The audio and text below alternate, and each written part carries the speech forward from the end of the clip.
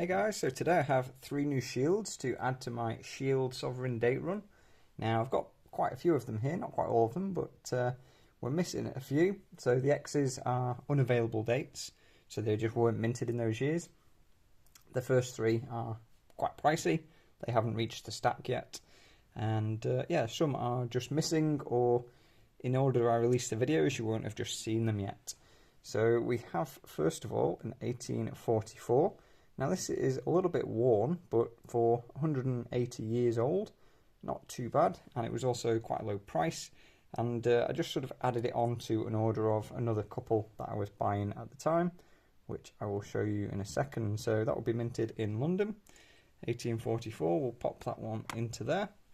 And then next up we have an 1874, so this is a date I already have. No, sorry, it's not. This is a date that I don't currently have. I have actually got a couple of those, but you haven't seen that video yet, so I will show you that in a moment. But yeah, that is the 1874, so that ticks off a date. And we also see an M for Melbourne, so Melbourne Mint.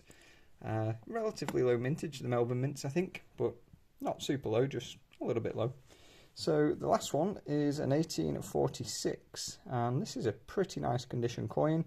Did pay a little bit of premium for this one over the others, but you know, to get them in the 1840s, still in that condition, you know, it looks pretty good, to be honest. And yeah, it wasn't like an arm and a leg premium, but it was just a few pounds extra, so not too bad. Yeah, nice luster, looks to be a good condition coin. We'll flick to this side, and again, looks pretty lovely. So we'll take a look at some of the other coins here in a moment. That is the 1846. So yeah, we're only missing the 3 early ones. 3 here. 58 is quite low mintage year. 75, which have picked up but you've not seen yet. 84 is in a capsule. I've just got that to the side, just buried. There it is. That is the 1884. So this is one of my nicer ones.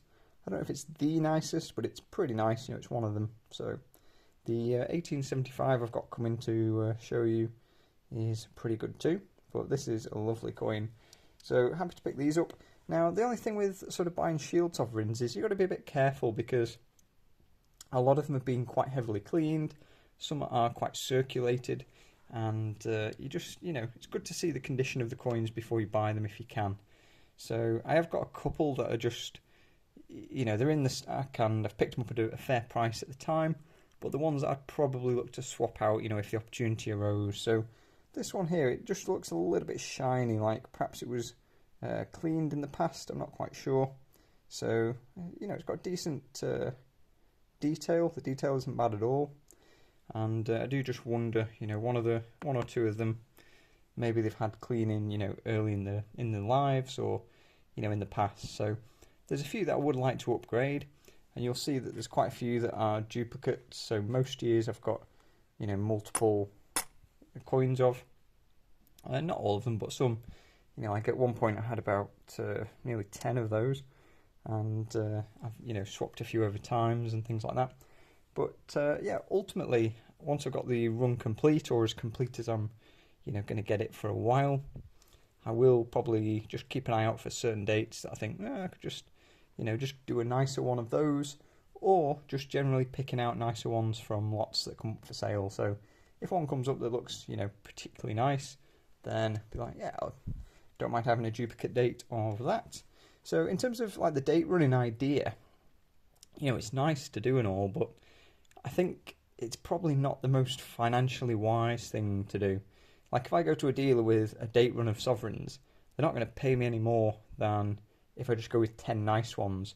And in some cases, if you're buying like beaten up ones just to take the date off, they might actually give you less than if you just had 10 of the same date, for example. So it's perhaps not the wisest financial move, but if you're sort of coin collecting as a bit of a hobby, you know, and it's one of your hobbies, then okay, you're paying a bit of extra premium here and there, maybe you're, you know, putting more time into it, but, you know, that's what you want from a hobby. You want to put time in and, you know, perhaps talk to like-minded people and things like that.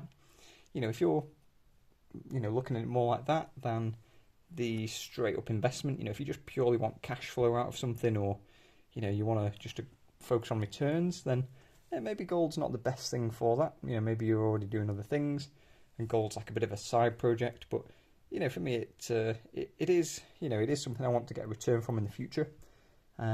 It's more like a savings account for me. You know, a part of savings, obviously save cash in the bank as well. But you know, it's good just to have some, you know, physical gold, I think, and you know, exposure to gold is probably the better word. You know, you never know what could happen in the future.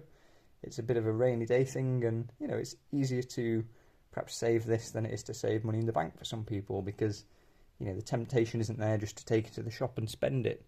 I don't know where you live, but if I took this to the shop, I don't think they would really know what to do with it. Maybe some would, but you know, I'm not going to be buying my groceries with this anytime soon. Don't think. So you know, it is sort of branching into a sort of hobby and collection for me. But then again, I sort of, you know, think about buying shares in companies as also a bit of a hobby, to be honest. I just enjoy reading the reports and, you know, finding out about different companies. So that is, you know, more of an investment, but I do also sort of have a hobby aspect to it and, you know, just enjoy that kind of thing. So if I was looking at my date run, you know, perhaps I'd be looking at these two coins and thinking, okay, one of those is clearly better. So if you look at both of these coins, they're both 1856, and let me just try and stop that one from sliding. So I do wear the gloves obviously in the video. Some people pick me up on that. I have dirty hands just from you know, being out and about. Hard working hands today, so rather than scrub them up and then head back out, you know, I'm just going to make the video as is, and you can deal with the gloves. So any glove haters, that's why.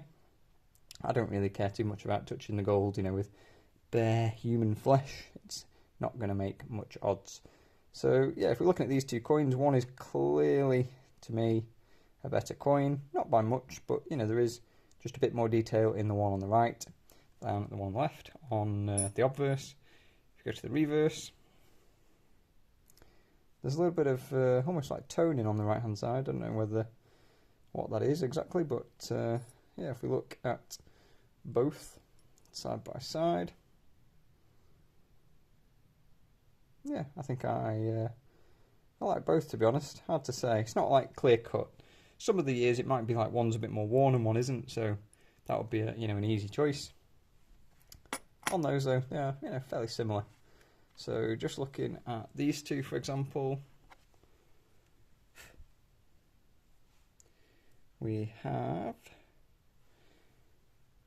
both of these are 1855, and yeah, to me now the one on the left, it's got less wear than the one on the right, so if I had to keep one of those, it would be the one on the left.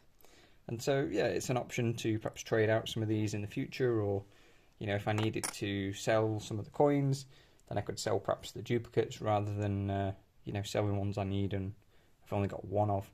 So it's an interesting, like I say, an interesting way of stacking. Brings a bit of interest. Maybe you've been stacking for a while, just getting a bit bored or tired of buying the same things. Then you know, it doesn't have to be sovereigns. Maybe you're going to start a date run of Krugerrands or something else. So yeah, I'm interested to know what you think.